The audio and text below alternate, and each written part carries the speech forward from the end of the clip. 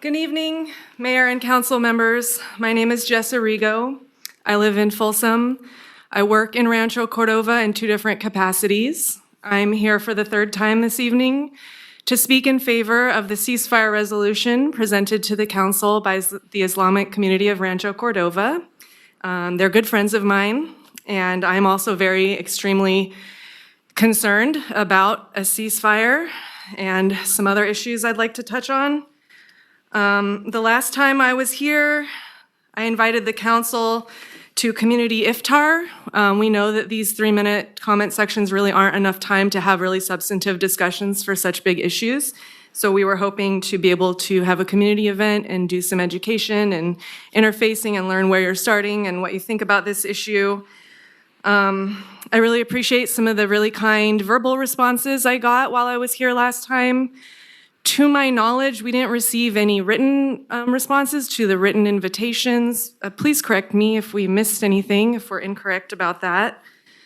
Last time I was here, I noticed that the council seemed much more interested in 2 adults who came in stormtrooper costumes and played music from Star Wars, the Imperial March.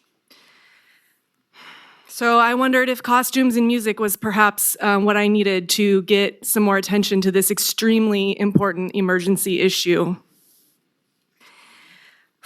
Again, these 3 minutes just really don't cover it. I understand public comment is not a question and answer session, but I'd be curious to know if the council members know why the watermelon has become a symbol for Palestine and not just recently. This goes back a very, very long time. I'd be interested to know if the council is familiar with the music I played and if they understand why it's extremely special and its historical significance.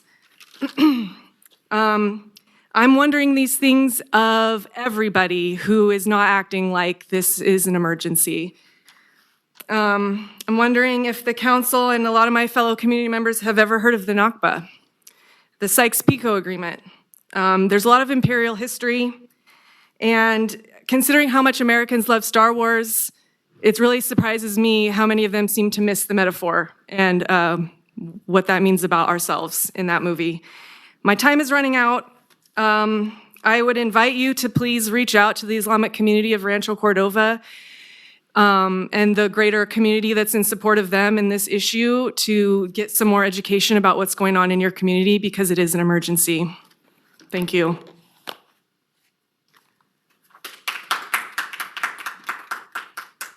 Next speaker is Amoriya Perez. Good evening, my name is Amoriya Perez, and today I'm here to address the ongoing genocide in Palestine, which our community does have a responsibility to take a stand against, namely through divestment and a ceasefire resolution. Divestment is not just a financial strategy, it's also a powerful moral statement. It's a declaration that we as a community refuse to profit from the suffering of others. By divesting from communities that enable or profit the oppression of Palestinians, we send a clear message that we are against the systemic genocide happening there. Today, we are calling on Rancho Cordova to divest from Israel as a way to hold the country accountable for its actions against the Palestinian people. By continuing to invest in Israel, we are prioritizing profits over people, and we must ask ourselves if this is the kind of legacy that we want to leave behind. Our requests for a ceasefire resolution were met with no timely responses. So I'm here to make you a promise. If our efforts are not taken seriously, this city hall will look like the one in Sacramento in a very short time. So, as we look to you, our city leaders, we are watching you very closely, and we will wait to see where your priorities lie.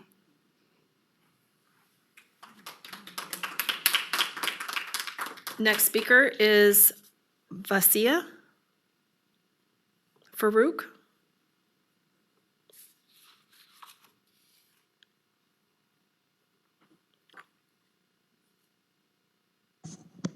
Sorry, I'm a little short. Good evening, esteemed members of the Rancho Cordova City Council. My name is Fauziya Faruk, and I represent the Council on American Islamic Relations. I'm here to address an issue that, though distant geographically, the conflict in Gaza and Palestine deeply affects many in our community, including those with familial ties and all who value human dignity. Recent events, especially in Rafah, show a dire need for action. The ongoing conflict has ignored all previously respected boundaries, leading to significant humanitarian crisis. This conflict impacts us here in Rancho Cordova, not just overseas. The trauma and anxiety felt by our residents call for Council's urgent response. We propose that Rancho Cordova adopts a resolution calling for an immediate ceasefire or response to ours, just as Sacramento and neighboring cities have also done, standing in solidarity with all affected civilians. This action will affirm our city's commitment, to human rights and empathy. Moreover, our neighboring college campuses, including UC Davis and Sac State, have seen students forming encampments, demonstrating remarkable bravery in their call for divestment from companies profiting from the conflict. Their efforts inspire us in Rancho Cordova to adopt similar stances and acknowledge that our actions, too, can foster significant global impact. We must also strengthen our advocacy by urging Congressman Amoriya Perez to reflect our community's dedication to peace and human rights in his legislative agenda. Tonight, I urge our city to adopt a resolution again, or go with the one we have, that not only calls for an immediate ceasefire, but also recognizes the influence of local advocacy inspired by our students' efforts. Thank you. Next speaker, Sarah.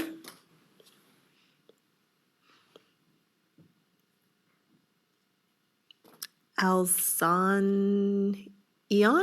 Alzanoon. Thank you. Thank you. Hi, council members. Good evening. My name is Sarah Alzanoon, and I have been a Sac County resident for the past 33 years.